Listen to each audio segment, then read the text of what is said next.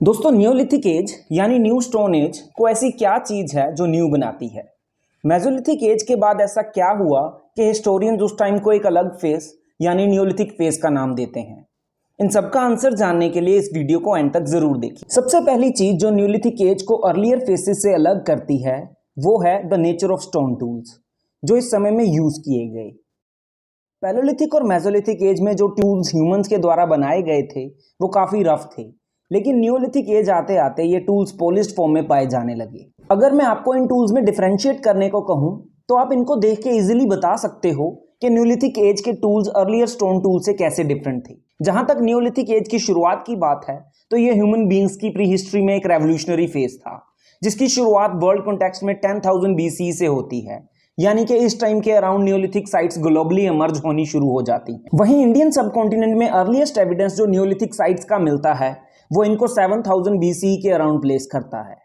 यहाँ पे एक चीज जिसका ध्यान रखा जाना चाहिए वो ये है कि इंडिया में न्यूलिथिक साइट्स अलग अलग प्लेसेस पे अलग अलग टाइम पे इमर्ज होती हैं।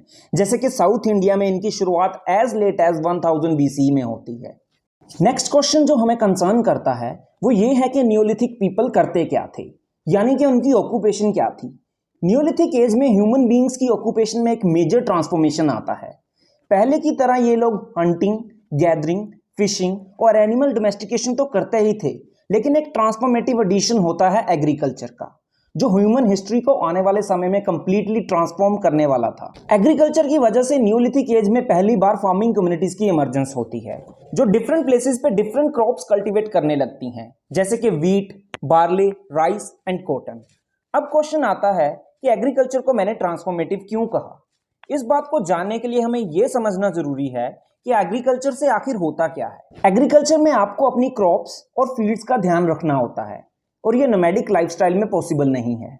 इसके लिए आपको सेटल होना पड़ता है और इसी वजह से न्यूलिथिक फेस में इमर्ज होती हैं पहली विलेज सेटलमेंट्स जिनमें फार्मिंग कम्युनिटीज अपने परमानेंट मड ब्रिक हाउसेस बना के रहने लगते हैं। क्योंकि अब ह्यूमन बींग्स ने कॉटन जैसी क्रॉप्स लगानी शुरू कर दी थी तो इस टाइम पे ह्यूमन बींग्स एक और चीज इन्वेंट करते हैं जो इनकी क्लोथिंग नीड को पूरा करता है, और वो थी वीविंग।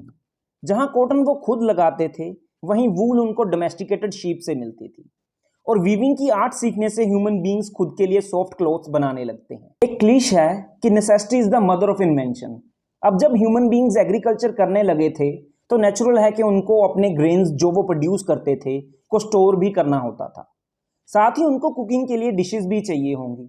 यही नेसेसिटी जन्म देती है पोट्री को, यानी कि इस फेज में ह्यूमन बींग्स ने पोट्री भी बनानी शुरू की। न्यूलिथिक एज की इन सारी डेवलपमेंट्स को स्टडी करने के बाद एक ऑस्ट्रेलियन आर्कियोलॉजिस्ट जिनका नाम गॉर्डन चिल्डे था एक न्यूलिथिक रेवोल्यूशन नाम की टर्म कॉइन करते हैं।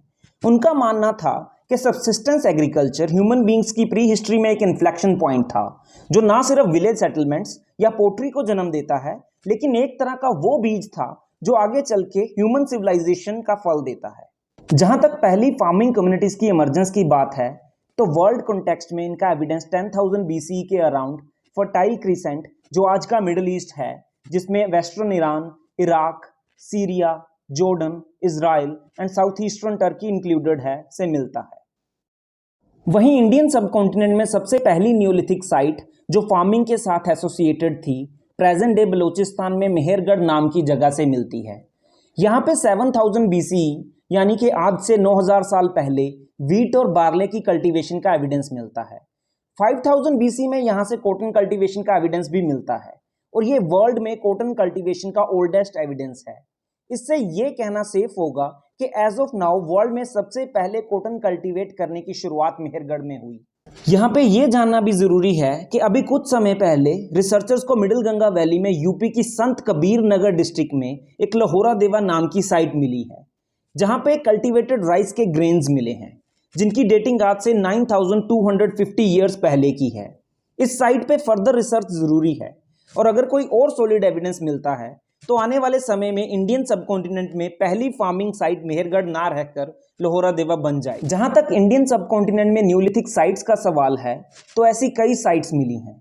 इनमें से कुछ प्रोमिनेंट साइट्स हैं पाकिस्तान से मेहरगढ़, चालीगई, सराईखोला, कश्मीर से गुफकरल एंड बुरजाहोम, यूपी से कोलदिवा एंड महागरा, बिहार से चिरंद, असम से मारकडोला, सारूतारू एंड दाऊजली हादिंग, तेलंगाना से उतनूर, आंध्र प्रदेश से नागार्जुनकोंडा, कर्नाटका से मस्की, हलूर एंड ब्रह्मगिरी एंड तमिलनाडु से पयमपल्ली। इन सारी साइट्स में से दो इंपॉर्टेंट साइट्स जिनकी आज हम डिस्कशन करेंगे वो है Mehrgarh in Balochistan and Burzahom in Kashmir. Mehrgarh site की बिगनिंग का टाइम अराउंड 7000 BCE है और यहाँ पे 6000 BCE में वीट और बार्ले कल्टीवेशन स्टेब्लिश हो चुकी थी।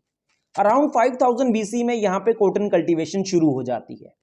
मेहरगढ़ में लोग रेक्टेंगुलर और square shaped mud brick houses में रहते थे। इनके बरियल साइट से हमें इनके रिलीजियस बिलीफ्स के बारे में एक इंटरेस्टिंग बात पता चलती है। जब इनके बरियल्स को अनर्थ किया गया तो कुछ बरियल्स में ह्यूमन रिमेन्स के साथ गोट के स्केलेटन रिमेन्स भी मिले, जिसका मतलब है कि मेहरगढ़ के लोग शायद आफ्टर लाइफ में बिलीव करते थे और उनका यह मानना रहा होगा कि गोट मर चुके ह्यूमन बीइंग को आफ्टर लाइफ या नेक्स्ट वर्ल्ड में फूड सोर्स की तरह काम देगी। जहां मेहरगढ़ में लोग डेड ह्यूमन बीइंग के साथ गोट को बरी करते थे, वहीं बुरज़ाहोम से हमें ह्यूमन बरियल्स में डॉग्स के रिमेन्स मिलते हैं, जिनका पर्पस भी सेम रहा होगा। बुरज़ाहोम में एक और इंटरेस्टिंग चीज जो सामने आती है वो है यहाँ की पिट ड्वेलिंग, मतलब यहाँ पे ह्यूमन बीइंग जमीन में गड्ढे खोद के रहते थे। इसका रीजन कश्मीर रीजन में ठंडे क्लाइमेट से बचना रहा होगा।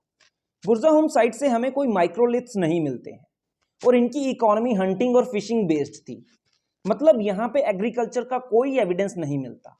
यहाँ पे ये नोट करना इंपॉर्टेंट है कि ये जरूरी नहीं कि हर न्यूलिथिक साइट एग्रीकल्चर से एसोसिएटेड थी।